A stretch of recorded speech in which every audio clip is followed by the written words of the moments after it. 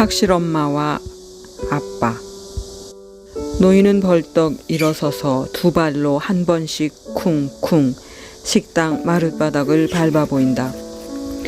이북 땅을 밟고 싶으면 금강산 관광을 다녀오세요. 예끼 이 사람아, 난 금강산에 살지 않았어. 이런 비극 상황에 관광이 무행가. 고향 땅을 말하는 거지 금강산이 아니야. 노인은 분하다는 표정을 감추지 못하고 젓가락으로 상을 두드리면서 나를 나무란다. 그 소원을 제가 들어드릴게요. 다음 달에 제가 침양 출장 가는 길에 모시고 가서 고향 땅을 밟게 해드리지요. 그게 정말인가? 정말 내 소원을 들어줄 수 있단 말이지? 북한 땅을 밟아보는 것이 소원이라면 그렇게 해드릴게요. 학실엄마랑 학실이가 살아있는 곳이 도대체 어디입니까? 신의주야, 신의주. 그럼 아주 잘 되었네요. 신의주 땅을 밟게 해드리지요. 한 발만 딛고 싶어요? 두 발 다 딛고 싶어요? 두 발 다 딛고 싶어. 한 번만 그렇게 해줘. 자네가 나를 구해주었어. 요즘 날마다 고향 땅을 한 번만 밟아본 뒤에 죽고 싶다고 기도했더니 하나님이 자네를 내게 보낸 것이 확실해. 할아버지의 여권을 만들어 중국 비자를 받고 내가 심양에 가는 날에 맞춰 비행기표를 사는 일로 한 달 동안은 정신이 없었다. 심양에서 하루를 묵는 동안 할아버지는 휠체어를 타고 안내원과 함께 만주 고궁과 누르하치의 아들이 묻힌 북릉공원을 관광하게 했다. 나는 숨 쉴 틈 없이 바쁘게 공장에 가서 회의를 끝내고 다음날 압록강 쪽으로 차를 몰았다. 할아버지와의 약속을 지키기 위해서다.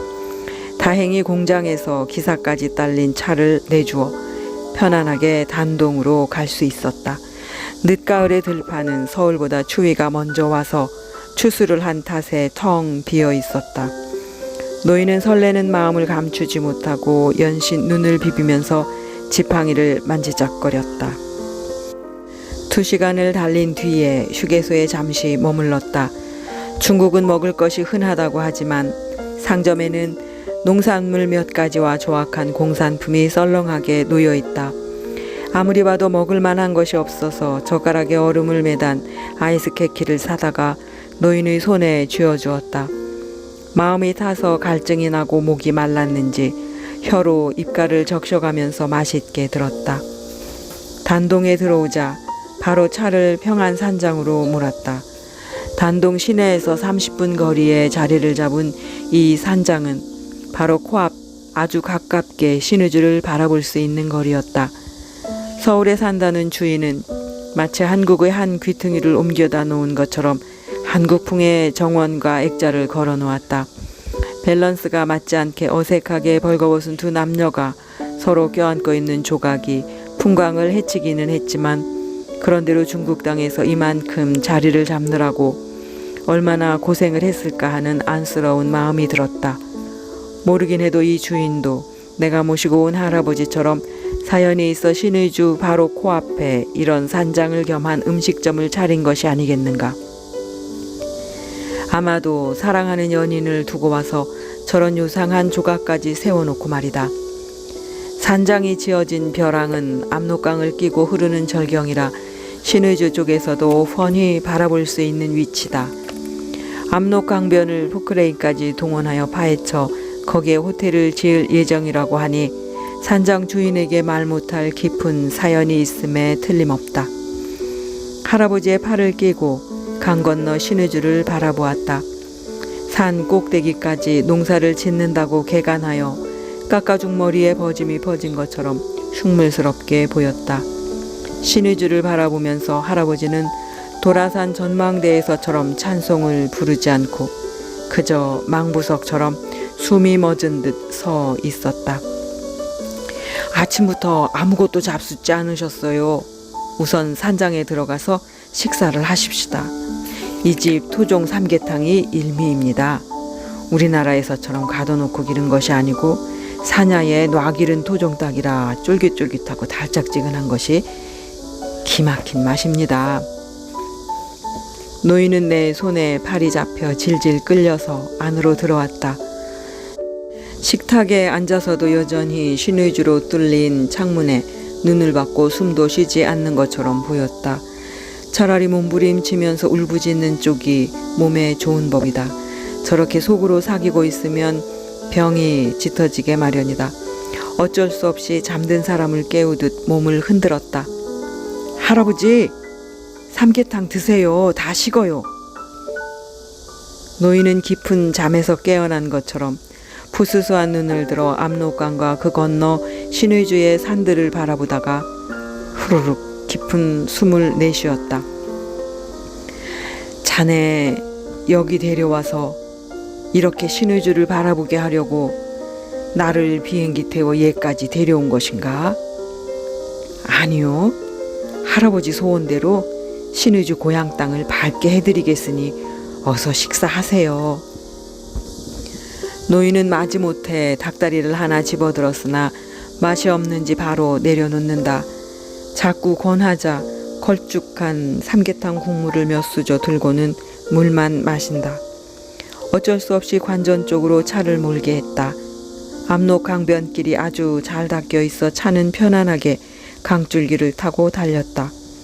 회령이 보이는 삼합까지 가려다가 다리가 끊긴 곳에 차를 세웠다.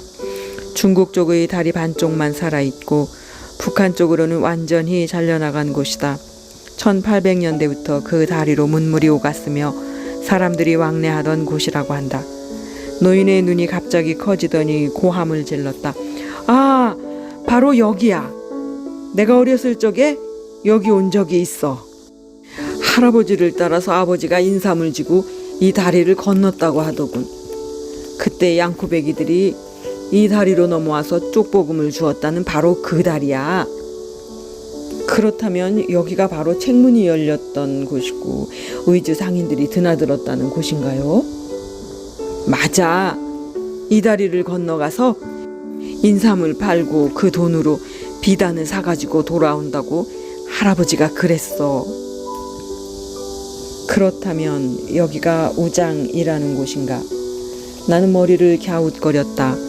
지금은 지명도 변했다.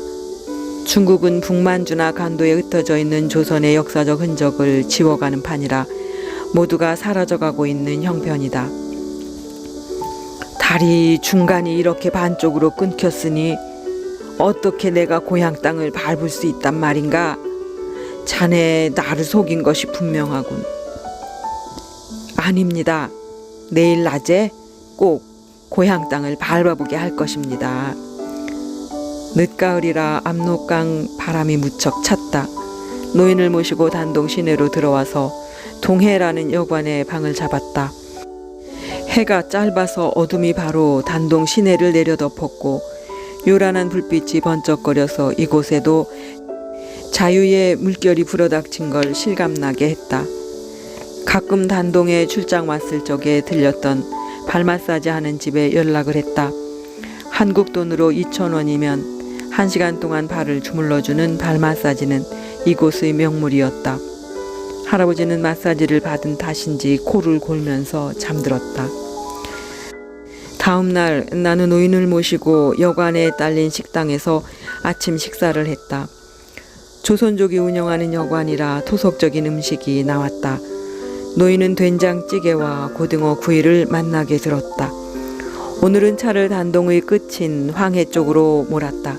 단동이란 도시는 압록강을 가운데 끼고 북한의 신의주와 나란히 마치 떡가래를 길게 늘여놓은 것처럼 자리 잡고 있다. 단동 시내에서 바라보는 압록강은 아주 넓어서 헤엄쳐서 건너기도 힘들 만큼 깊고 넓어 보였다. 전쟁 때 반토막이 난 압록강 대교를 지나서 차는 계속 서쪽으로 달렸다. 강이 점점 넓어지면서 신의주도 점점 멀어졌다. 노인은 창문에 눈을 고정시키고 압록강을 사이에 두고 멀어지는 신의주에서 눈길을 떼지 못했다. 조금만 더 가면 인천에서 2시간 배를 타고 와서 내리는 동항이라는 항구가 나옵니다. 그럼 이제 동항에서 배를 타고 인천으로 갈 것인가? 고향 땅을 밟고 가야지요. 노인은 점점 이상한 생각이 들었는지 나까지 의심하는 것 같았다. 심지어 경계하는 눈빛을 감추지 못했다. 갑자기 압록강이 시야에서 사라지고 철조망이 길을 따라 펼쳐졌다. 기사님, 저기에 차를 세우세요. 기분 나쁜 소리를 내면서 차가 철조망 옆에 섰다. 할아버지, 내리세요. 날 보고 여기서 내리라고? 나는 할아버지의 팔을 잡아 끌고서 철조망까지 갔다. 12줄로 철가시가 촘촘히 박힌 철조망이 시멘트 기둥에 단단히 묶여 있었다. T자형으로 위에는 가시망을 눕혀서 단단하게 차단한 북한과 중국의 국경선이었다. 놀랍게도 신의주 땅이 단동 쪽의 끄트머리 압록강변에 큰 평야로 들어앉아 있다. 할아버지, 이리 오세요. 이 철조망 밑으로 발을 들이미세요. 여기가 바로 신의주입니다. 할아버지의 고향 땅입니다. 노인은 의아스러운 얼굴로 묵묵히 서 있었다. 어서요, 할아버지. 여기가 바로 신의주 땅이라니까요. 나는 노인의 팔을 강제로 잡아 끌어당겼다. 어서 철조망 밑으로 두 발을 넣으라고 재촉을 했다. 노란색이 살짝 도는 국방색 군복을 입고 붉은 대를 두른 군모를 쓴 북한 경비 2명이 우리 쪽으로 총을 메고 다가왔다. 그 순간 노인의 어디에 그런 날렵함이 숨어 있었을까? 잽싸게 양쪽 발을 철조망 밑으로 집어넣어 쿵쿵 디뎌보고는 냅다 호랑이에 쫓기는 토끼처럼 달아나기 시작했다. 아빠, 도망가지 마세요. 괜찮아요. 북한군과 대화를 나눌 수 있습니다. 학실 엄마 소식을 물어봐도 된다니까요. 나는 북한 경비병에게 그들이 좋아하는 담배와 라이터를 건네주고 노인이 던져버린 지팡이를 집어들고는 그를 향해 뛰기 시작했다.